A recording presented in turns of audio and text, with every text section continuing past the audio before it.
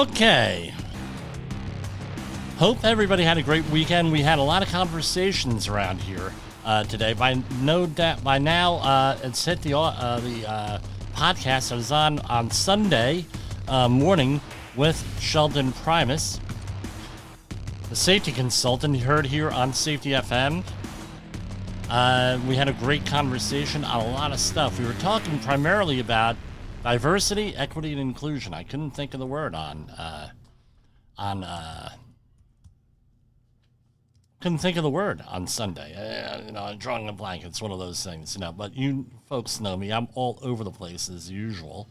So, so we had this past weekend, right? So this is what I've been up to.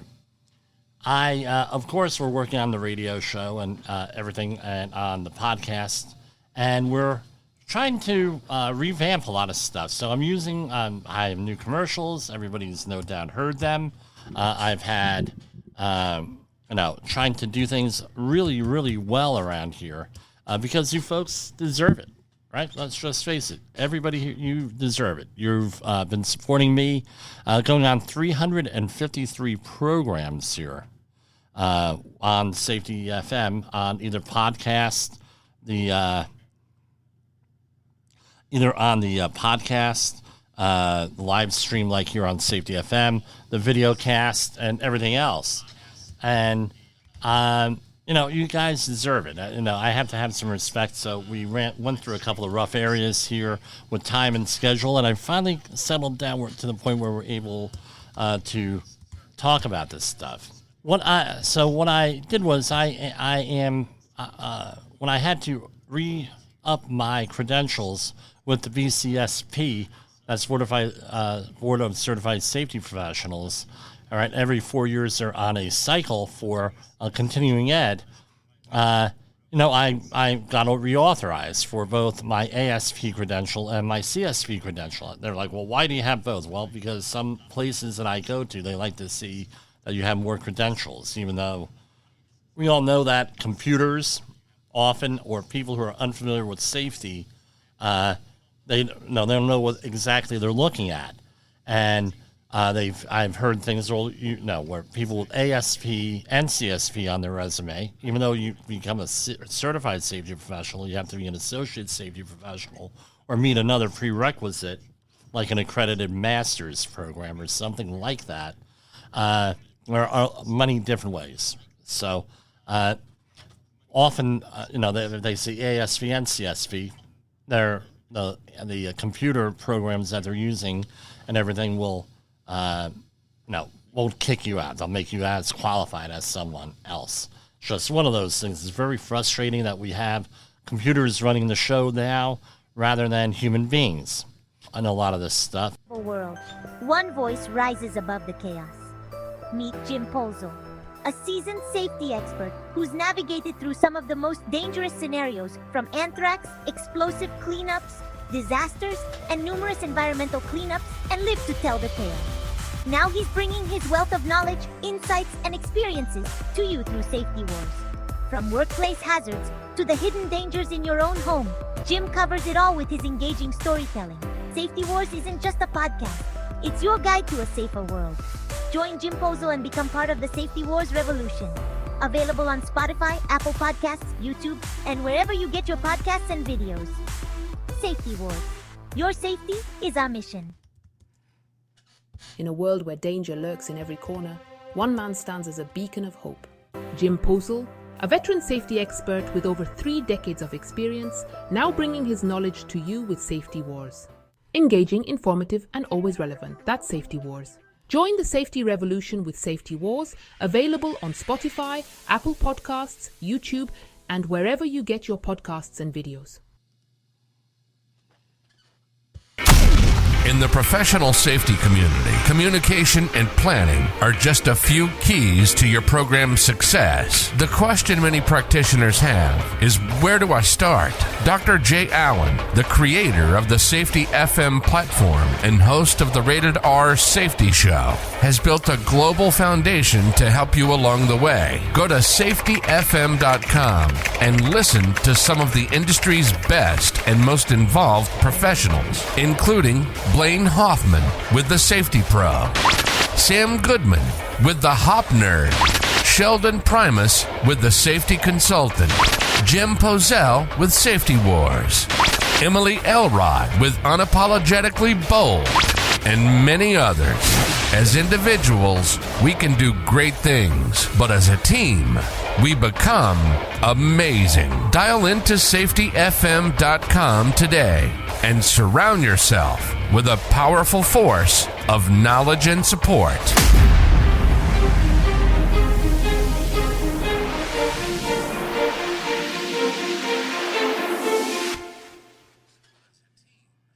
Want to avoid hefty OSHA fines and keep your team safe?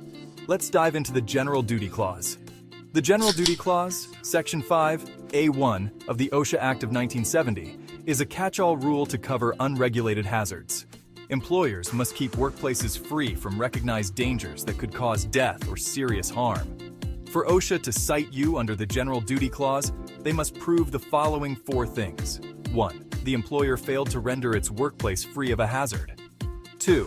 An employee was exposed to that hazard. 3. That hazard was causing or likely to cause death or serious physical harm. And 4. Feasible means exist to free the workplace of the hazard. Employees aren't off the hook either. Section 5(b) mandates they follow all safety standards. Both employers and employees must work together to maintain a safe work environment. Examples: think lifting above shoulder height repeatedly, or working without proper support. Stay proactive. Monitor work areas, apply the 4-part test, and you'll prevent those nasty citations and keep everyone safe. Need help? And more information? Contact Jim Pozell and the Safety Wars team to help you prevent workplace incidents, conduct safety audits and training. Contact the Safety Wars team at jim@safetywars.com or 8452-695772. Visit us on the web at www.safetywars.com. Let's build a safer workplace together. OSHA recordables, catastrophic losses, environmental disasters. You want answers? So do I. This is Jim Pozell with Safety Wars. That's my daddy! Okay, we're back here. So we're going to start this all over again here. So, real simple.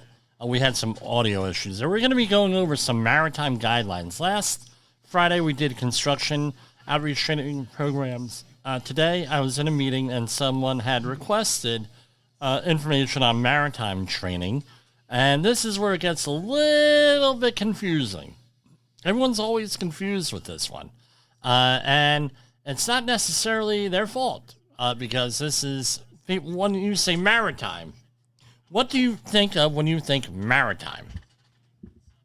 You're thinking ships. You're on the water, you know. I'm Popeye the Sailor Man, Popeye the Sailor Man, right? You know the song if you grew up in the 60s, 50s, 60s, 70s, and 80s. You're thinking sailors and everything else. That's not necessarily true. Normally with ships, that is all regulated by other people, like the Coast Guard. And the other thing is this. One of the reasons why I tell people, no, this is... reality. Oftentimes, life on ships is 30 years behind everyone else. Why? Because ultimately, who's responsible for all the activities on that ship? The captain, right? Normally. I'm not an expert in law and everything on that, and I'm not an attorney, but normally that's how, whether or not that's true or not, that's how things are managed. And if the captain hasn't embraced safety, other than, hey, the ship's safety or life safety dealing with the ship, that's easy. That's an easy one to get because that's what the Coast Guard will enforce and everything. That's what everybody's familiar with. And the captain won't embrace all the other stuff related to OSHA and other occupational safety and health stuff. Guess what? You're not gonna, you'll have life jackets in case you sink. But what about if you're on a ship and you get an eye injury? How do you handle that? How do you prevent that, more importantly? Handling it is one thing, and preventing it is another. That's where we're at, is in the preventing industry. So with maritime, what you're dealing with is shipyards, where you're building ships, breaking ships, working on ships. You're dealing with marine terminals. So that's like if you're dealing with loading and unloading ships. And then you have longshoring, where you're dealing with cargo and things of that nature. We're going to go through that here. So we're going to go on over to the regulations here on this, and law and regulations. So let's do a share screen here. Boom, boom, boom. Share screen. Hold on. Okay, we're going to share a screen, and it's going to be Google Chrome, and there we are. Share a screen. So right here we have the OSHA. Over here we have the OSHA standards, and we have general industry, construction, maritime, agriculture, record keeping, whistleblower, and preambles. So we're going to mosey on over to maritime, and we're going to click on that. And here we have 4 different areas. Part 1915, occupational safety and health standards for shipyards. Part 1917 for marine terminals. Part 1918 for safety and health regulations for longshoring. So we're going to click on 915, and we're going to click on 1915.2, which is scope and application. Except where otherwise provided, the provisions of this part shall apply to all ship repairing, ship building, and ship breaking employments and related employments. Right, this part does not apply to matters under the control of the U.S. Coast Guard within the scope of Title 52 of the revised statutes, blah, blah, blah, including but not restricted to, and it has a whole bunch of stuff written there. So that's where that's relevant. Now we're going to go over to the next one, what's relevant, Part 1917, which is marine terminals. Let's click on scope on that. The regulations of this part apply to employment within a marine terminal as defined in 1917.2, including the loading, unloading, movement, or other handling of cargo, ships, stores, or gear within the terminal or into or out of any land carrier holding a consolidation area, any other activity within and associated with the overall operation and functions of the terminal, such as the use and routine maintenance of facilities and equipment.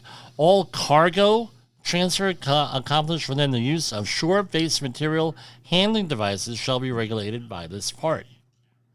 All right, so that is marine terminals. Now we're going to go over to longshoring here. 1918 Safety and Health Regulations for Longshoring, and scope and application. The regulations of this part apply to longshoring operations and related employments aboard vessels.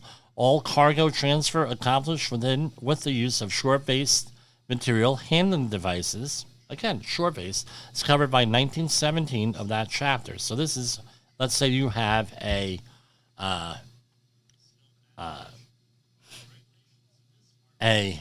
crane or other loading or unloading equipment on the ship. This is where this deals with, right? With this, is with on the ship, my understanding. Now, you have to figure out what kind of training do you need for outreach. Do you need shipyard? Do you need marine terminals? Do you need safety and health regulations for longshoring? Where are you on that? Because that's going to cover the 3 maritime areas. So we're going to go on over to and this is dated out again, this was issued in July 1st, 2024, and it's effective October 1st, 2024. And we're going to read this right out of the procedures. The purpose of the OSHA Outreach Training Program for Maritime is to teach maritime workers about their rights, employer responsibilities, and how to file a complaint All right, let's make that a little bit bigger. How to file a complaint, as well as how to recognize, abate, and prevent job-related hazards. OSHA authorizes safety and health professionals to complete an OSHA Outreach Maritime Trainer course to conduct occupational safety and health classes for maritime workers. Pardon me. After the training is completed, trainers document blah, blah, blah through the ATO authorized training.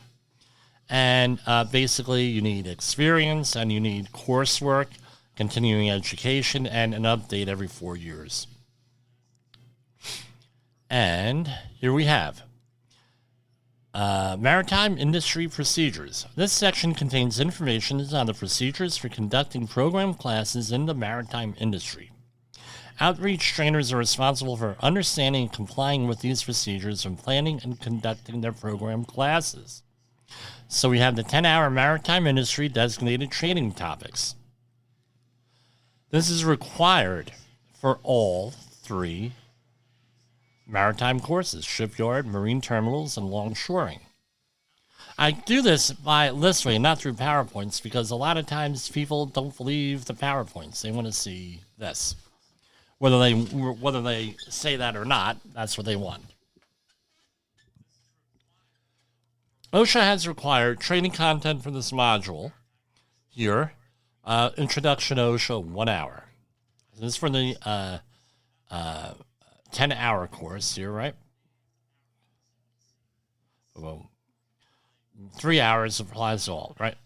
Maritime, Introduction to OSHA, walking and working surfaces, 1 hour and 1 hour each. 1 hour for walking working surfaces, 1 hour for PPE.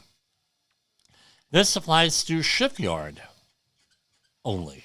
An additional 4 hours. Each course must be covered for a minimum of 1 hour.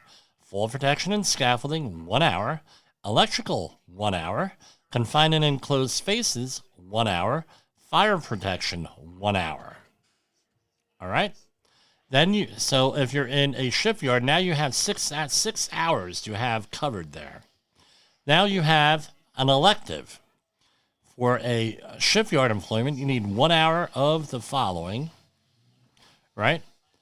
And for marine and terminals and longshoring, you need at least 2 of these topics. So for shipyard, 1 hour, marine terminals and longshoring, 4 hours. Right?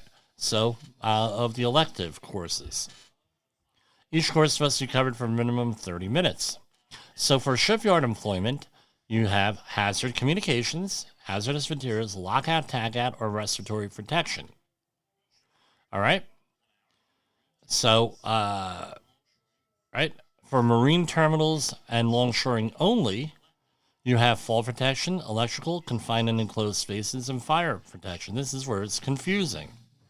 So this is why we read every time we do a class to see if there was an update or something, because that's happened before also, where you're in the middle of something and they change things, right, from month to month. So for shipyard employment, these electives, you need 1 hour, right? For marine terminals and longshoring, 4 hours.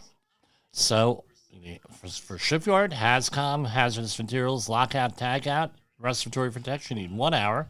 For maritime and longshoring, you need those 3 that I just read. Plus, you have an option of the elective of the other 1, 2, 3, 4, 5. So there's got to be 4 hours in there. Optional, shipyard employment. So if you're keeping track, now you're up to 9 hours for shipyard, right? Marine terminals, right? Shipyard employment, 2 hours. Marine terminals and longshoring, 3 hours. And you have hot work, material handling, bloodborne pathogens, machine guarding, ergonomics and proper lifting techniques, additional coverage on required or elective topics. So let's add this together. So you're on a shipyard. 3 hours of the required courses. 1, 2, 3. Right? Intro to OSHA, walking, working services, PPE. Shipyard, so you're at 3. Shipyard employment only, you have another 4 hours. So you have 3, and now you got 7. Now you have elective, right? So we got 1, 2, 3, 4, 5, 6, 7. So now you have 8, which is HAZCOM, lockout, tag, or respiratory. That's your elective. Now we're up to 1, 2, 3, 4, 5, 6, 7. Now we're up to 8. And for shipyard, an optional 2 hours, shipyard employment, 2 hours, you have to pick from that, and I'm highlighting it. Hot work, material handling, BPP, bloodborne pathogens, machine guarding, ergonomics, and proper lifting techniques, or additional coverage on required or elective topics or any other maritime hazard or policy. I'm going to tell you this, limit it to things that are in the 1915 standard. With the exception of respiratory protection, which is 1910-134, and that is a vertical and horizontal standard where it applies to every workplace out there. Now let's go back to longshoring. Right, required 3 hours. Longshoring in marine terminals, so required 3 hours. Right, so you got 3. Intro to OSHA. Walking working services, right? And then you have, that's 3 hours. Then you have an elective, 4 hours for marine terminals, right? Now we're up to 7. HAZCOM, lockout, tagout, respiratory protection, and fall protection electrical. You got a lot going on there. Now you're up to 7. And now you have an optional 3 hours for marine terminals and everything with the hot work, material handling, bloodborne pathogens, machine guarding, ergonomics, and proper lifting techniques, and additional coverage. Now, what's my point here with this? You had better make damn sure that you're out there and you're planning this stuff out. Before you get there, right? This is why OSHA requires a syllabus prior to the start of work, because of this type of issue here. Where there's confusion. So you have that. And what I do is I have that. I have I have my training materials, PowerPoint, everything, whatever props I use and everything. And then I have a list. And I have, because we have a handy dandy thing called a cell phone, we have a timer on there. And I make sure I hit the threshold on every one of these topics with this. Now, the 30-hour maritime industry designated training topics. This is 30 hours, so we just went over the 10-hour. Now let's talk about the 30-hour. This training program is intended to provide a variety of training to workers with some safety responsibility. Training should emphasize hazard ID, blah, blah, blah, in 30 hours. So you have a required 7 hours. And this applies to everything. Intro to OSHA, managing safety and health for 2 hours. May include injury and illness prevention programs, job site inspections, accident prevention, management commitment and employee involvement, work site analysis, hazard prevention and control, accident investigations, how to conduct a safety meeting, and supervisory communication. Walking and working services, including fall protection, 2 hours, and PPE for 2 hours. And for shipyard employment only, you're required an additional 8 hours in fall protection, electrical, confined and enclosed spaces, and fire protection. So that's 2. So right off the bat, you're required 15 hours of that with shipyard only. Now, in the elective, you're allowed another 2 hours in shipyard employment, and then you have 8 hours in marine terminals and longshoring. So if you're keeping count here, now you're up to 17 hours at the end of this in shipyards, and with marine terminals and longshoring, you are going to have 15 hours. So marine terminals and longshoring, you go fall protection, electrical, confined and enclosed spaces, and fire protection. And the optional, so you're at 17 for shipyards, and you're at 15 for marine terminals and longshoring, and then you have this whole list of things to choose from for an additional training time where the minimum length of any topic is 30 minutes. You have hot work, material handling, bloodborne pathogens, machine guarding, ergonomics and proper lifting techniques, additional coverage on required and or elective topics. So you have 30 hours. And so how does this come down to? A maximum of 7.5 hours a day for training. So the quickest that you could do 30-hour training is 4 days.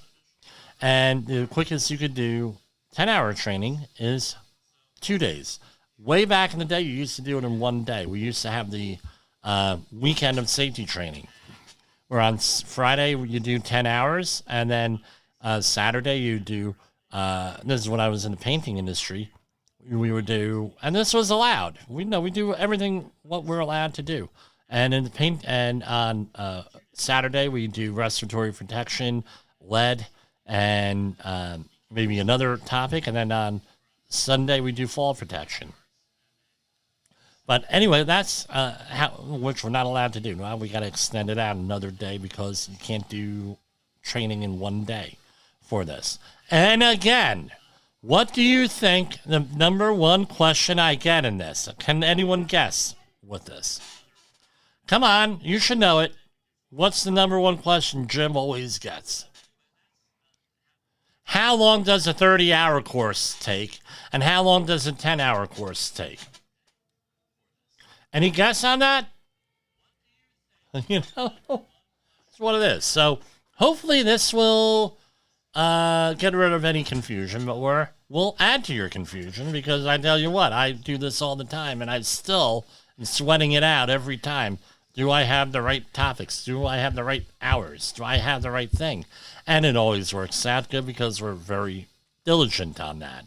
Now, we're also allowed, they've loosened up requirements on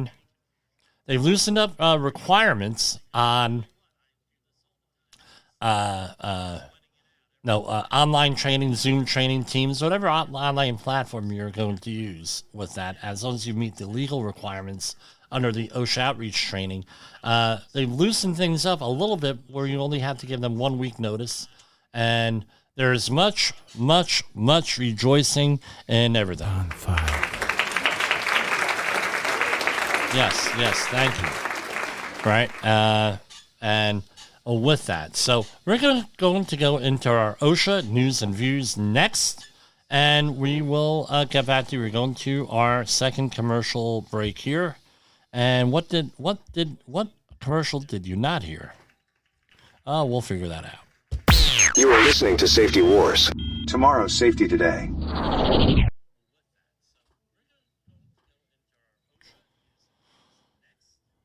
Have you listened or watched the Safety War Show? It does stream live on the radio and on the streamer-emers that we have. So if you have not taken a listen to Jim Posel and what the hell he's doing every evening with Safety Wars, I would strongly encourage you to take a view or take a listen, whichever option is available for you, and take a listen to what the hell he has going on. It will take some deep dives and some information that you might be interested in. Hey there, safety professionals. Welcome to another episode of Safety Wars on Safety FM, hosted by Jim Posel, and today we're diving into what it really means to be on the front lines of the safety war. So, let's start with the basics. Safety is not just a set of rules or regulations. It's a culture, a mindset, a way of life. When we talk about safety, we're not just protecting workers from harm. We're building an environment where everyone can thrive. It's about going home safe and sound to our families every single day. Now, I know it sounds like a heavy responsibility, but that's why we're here. To make sure everyone understands the importance of safety and knows how to implement it effectively. Whether you're a seasoned safety professional or just starting out, there's always something new to learn. Let's talk about some key strategies. First up, communication. It's critical to ensure that everyone on the team is on the same page. Regular safety meetings, clear signage, and open dialogue can prevent a lot of accidents before they even happen. Next, let's focus on training. proper training equips your team with the knowledge and skills they need to stay safe. Remember, it's not just about ticking a box. It's about making sure every worker understands the why behind each safety protocol. This understanding fosters a culture of safety where everyone looks out for one another. Of course, we can't forget about technology. From wearable safety devices to advanced monitoring systems, technology is revolutionizing how we approach safety. Embrace it. Use these tools to enhance your safety programs and keep your team protected. But let's not get too comfortable. Safety is an ongoing battle. New risks and challenges emerge all the time. Stay vigilant, stay informed, and never stop striving for a safer workplace. So, what's the takeaway? Safety is everyone's responsibility. It's about creating a culture where safety is ingrained in everything we do. As safety professionals, it's our job to lead by example and inspire our teams to commit to a safer future. Thanks for tuning into Safety Wars on Safety FM. Stay safe out there, and remember, every day is a new opportunity to make a difference. Catch you on the next episode. Okay, so we are back. We're going to go over... I'm looking through the news releases here, the press releases, and for whatever reason, I'm sure people are on vacation. People are allowed to go on vacation at OSHA, who handle this stuff. Not a lot of stuff going on the press release side. And why do we do press releases here? One, they are publicly available, and they give us a lot of insight to what's going on out there. Now, the press release we're going to read right now is, I'm going to say this, right? And I put this together because this is what the reality is. From the front lines of the safety war, it's Safety Wars, with your host, Jim Posel on Safety FM. Get ready to face the harsh reality. Harsh reality is correct. Let's do a share screen here. And here we have Department of Labor, and if you're following along on the video, you'll see this, right? On the audio here, Department of Labor awards more than $6.6 million to continue support for temporary jobs and workforce training in Florida after Hurricane Idalia. And this is from yesterday, I believe. The U.S. Department of Labor today announced the award of more than $6.6 million to support continued disaster relief employment and workforce training for eligible residents in Florida as the state's recovery after Hurricane Idalia continues. On September 18, 2023, the department announced a national dislocated worker grant of up to $20 million with an initial award of $6.6 million to the Florida Department of Commerce to provide people with temporary employment focused on debris, or as some people say, debris removal, water damage cleanup, and the delivery of humanitarian assistance for those affected by the storm, and for career and training services for affected workers. Funding also supports career training and services for area workers. On August 30th, 2023, Hurricane Idalia struck the northeastern Gulf Coast as a Category 3 storm, bringing strong winds, storm surges, and massive flooding to the region. The incremental award announced today will continue to support disaster relief jobs and employment and training services to assist people in 33 counties. The FEMA issued emergency declaration on August 28, 2023, and the major disaster declaration on August 31st, 2023, enabling the state to request federal assistance for recovery efforts. And it's going on and on and on, right, with that. Now, this is part of what our, you say, well, that's all well and good, Jim. Now, why, we're going to do a segue. That's a perfect segue into disaster training here. Disaster, and this is, again, was issued in July 1st, 2024, outreach training program for disaster site workers. Now, again, this is optional training. This is awareness level training, and there are 2 training courses that they offer. And that we're able to do, 845-269-5772. One of them is for 7.5 hour. It used to be, I believe it was 8 hour and 16 hour, but then OSHA said, hey, we can't do that when they changed their hours. They made it 7.5 and 15, for 7.5 hours a day. So if you've been through this and you're like, oh, Jimmy, are you sure? It's, blah, blah, blah. Yeah, well, they changed it a number of years ago with this. I know when I took this originally in 2010 with the great Dr. Van Houten, right, friend of our program, who was a professor at NJIT, it was 8 and 16. Now, why is this a good idea to have? This is what happens in a disaster, and I didn't have enough time to really go deep on this whole Hurricane Idalia thing. But normally the OSHA enforcement gets curtailed, and OSHA becomes more of a compliance assistance type thing, or a consultant role during disasters. That doesn't negate the need for going through and reporting things and everything else, but often a lot of resources are not available in a disaster, especially federally declared disaster, where things are lagging. So you may have supply line issues, or you have to have people that are being rescued and things being moved and everything. You may not be following 100% the OSHA regulations on that. So they go into more of, let's say, a compliance assistant thing. Now that's led to some controversies over the years. So for example, during 9/11, they went into a consulting role, and they said, you know what, you really should wear that respirator. And now what do you mean? We're here to save lives, and we're not going to wear the respirator. F you. Well, now you're like 4 or 5 weeks into the response.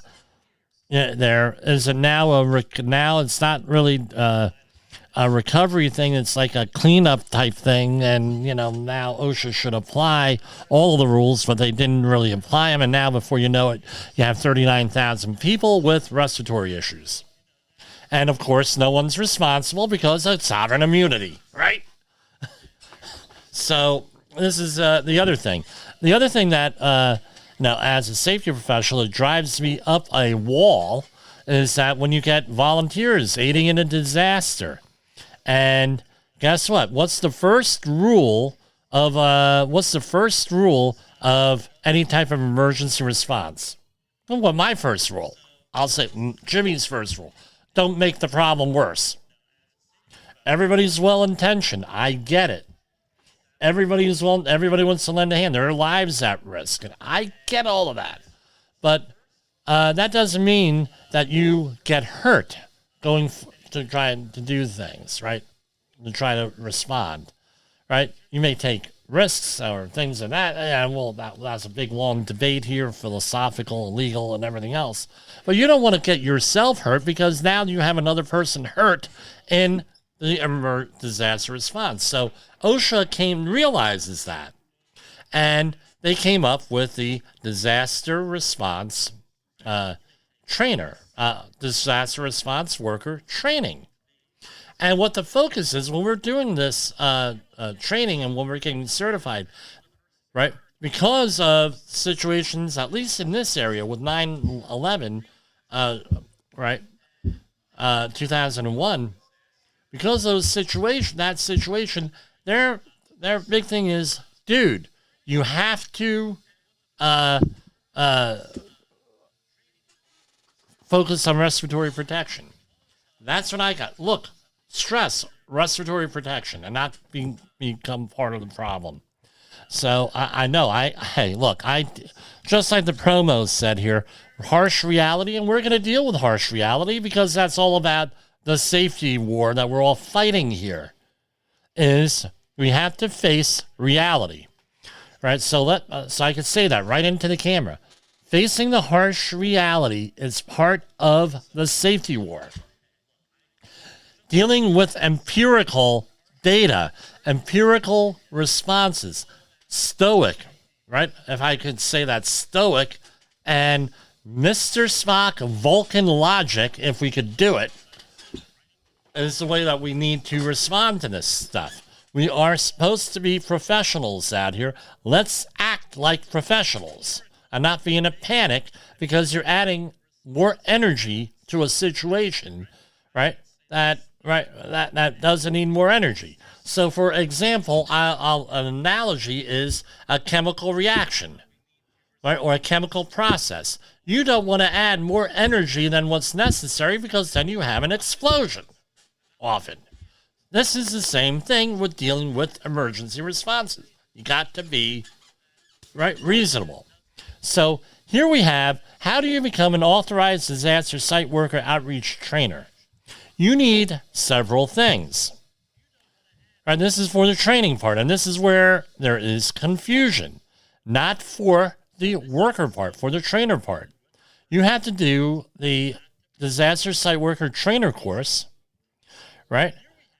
Experience cannot be substituted for the training prerequisite component. OSHA does not issue waivers for these components. So somebody might be a firefighter instructor, police instructor, EMT instructor, military training, the appropriate one, or something like that, or even if you're like me, where I've been through the community emergency response training here that I completed for my community, where I'm CERT, right?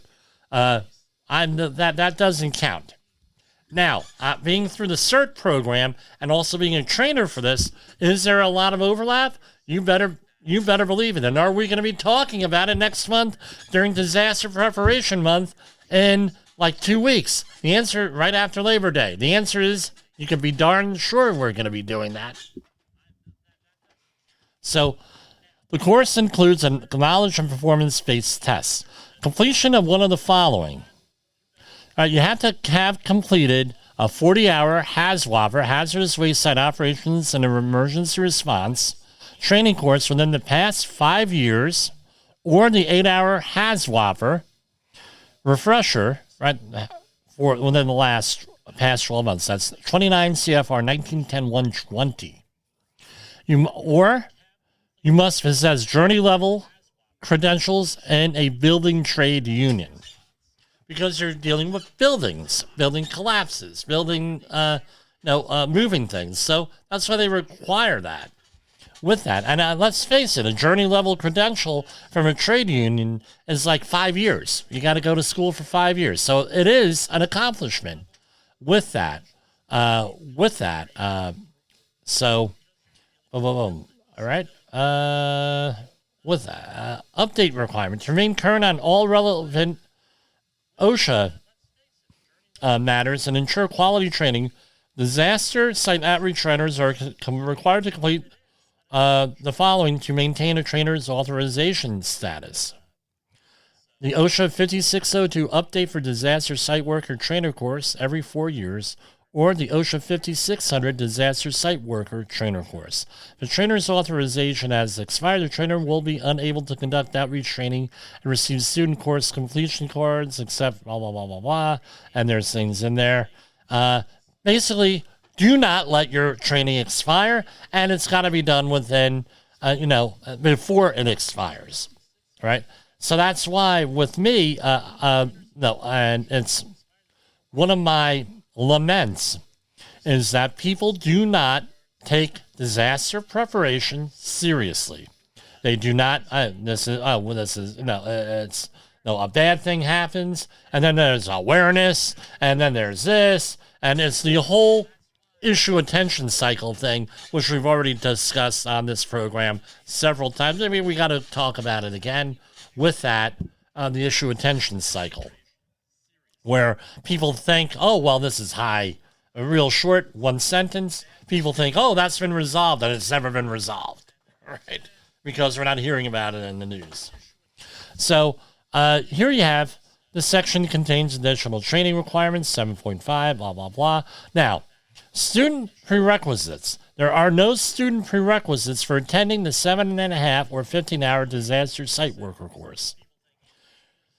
Right? Respiratory training. For the respiratory part of this, you need 3 different respirators. You need a half face, a full face piece, negative pressure, and a powered air purifying respirator, aka PAPR. Respirators with defective elements, quantity 5 or 6, complete selection of respirator filters and cartridges for demonstration, and for every 2 participants, 1/2 ace-piece negative pressure respirator equipped with triple cartridges is required, meaning that you have to have 3 types of things. Evaluation. Conduct the respirator exercise and complete the individual performance checklists and scores. Discuss the students' notes made to complete their theme worksheet at the end of the course as a summary exercise, meaning that they require a tabletop exercise. Students must participate in a final exercise that evaluates their ability to identify potential safety and health hazards at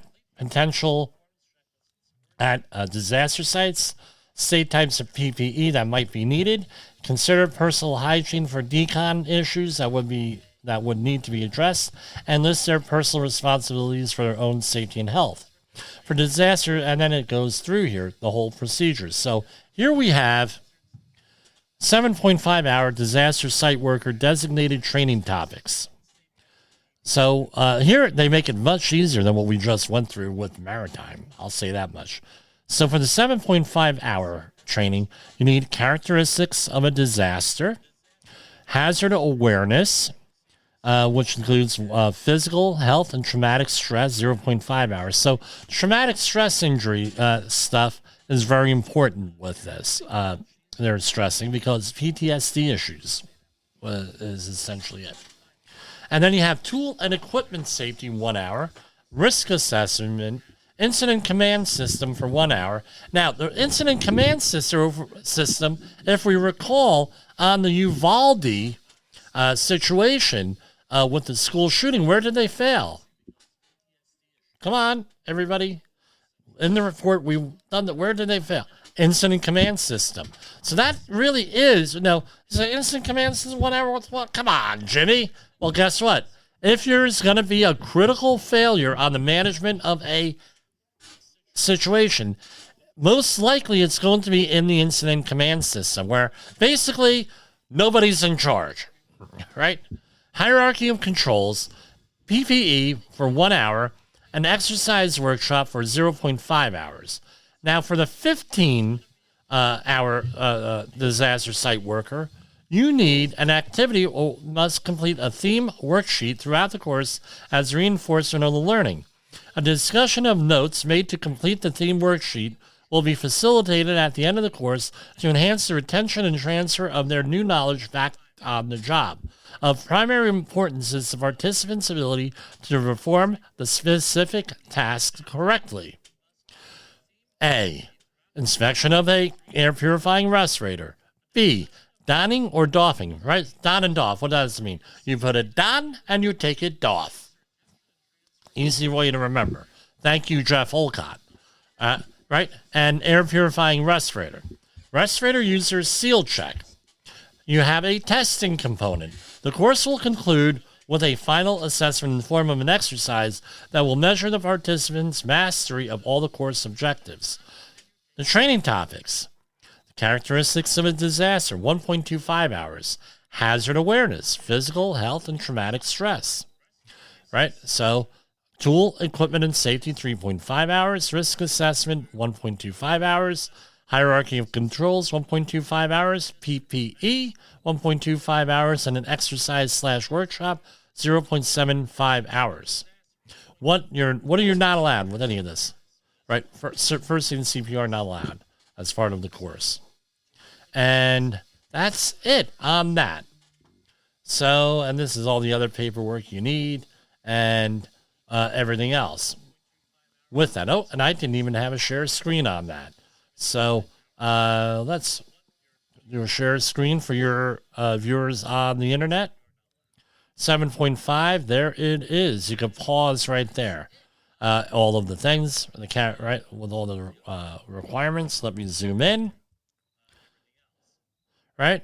And on the 15 hours, that's it.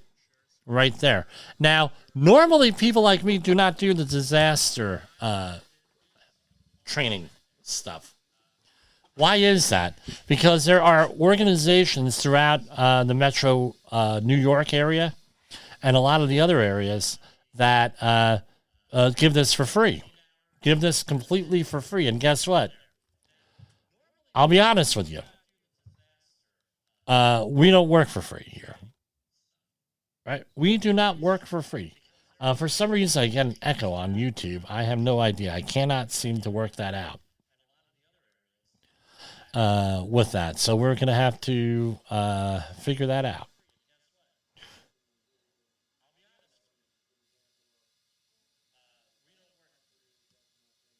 So, anyway, we got some messages here. Hold on. For the first time, I got a love from somebody.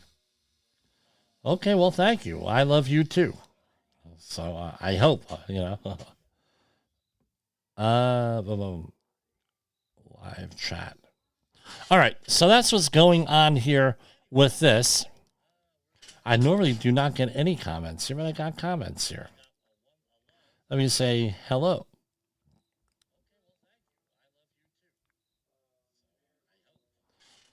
All right.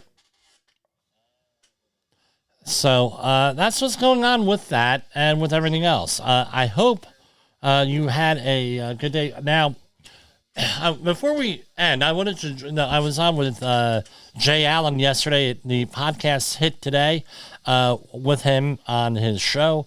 Check him out. I will have a link to that tonight, God willing.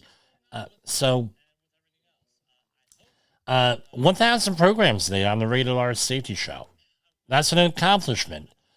With that, I'm very proud that we have a network here where we have the leader of the network doing the actual work here. That's an important thing, and 1,000 episodes is tough. We're on, I believe this is number 353, so I know what that is. I mean, it's a burnout environment. Anyone says that radio is not a burnout environment has never done radio, especially when you're doing monologues like on the Rated R Safety Show. That's essentially a 1-hour news show with news clips, and it's a monologue. We handle the monologue here because if I don't talk like this, I have to talk to my wife, and then there's a problem, and yelling and screaming. Why don't you shut up? The whole thing, right? I'm joking on there, of course, joking. So we're going to be talking. We talked with Sheldon Primus. We'll be doing that program tomorrow. That's not going to be live. I'll be doing a recorded program here with Sheldon with that, unless something else happens. So we will see you tomorrow, and we're going to. How many more minutes do I have here? We have.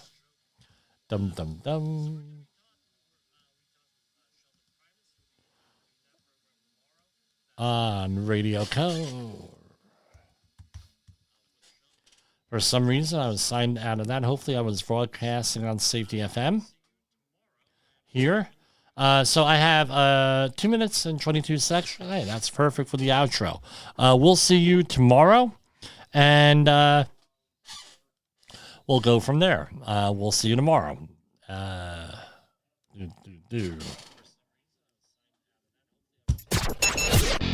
The views and opinions expressed on this podcast are those of the host and its guest and do not necessarily reflect the official policy or position of the company. Examples of analysis discussed within this podcast are only examples. They should not be utilized. The views and opinions expressed on this podcast are those of the host and its guest and do not necessarily reflect the official policy or position of the company. Examples of analysis discussed within this podcast are only examples. They should not be utilized in the real world as the only solution available, as they are based only on very limited and dated open source information. Assumptions made within this analysis are not reflective of the position of the company.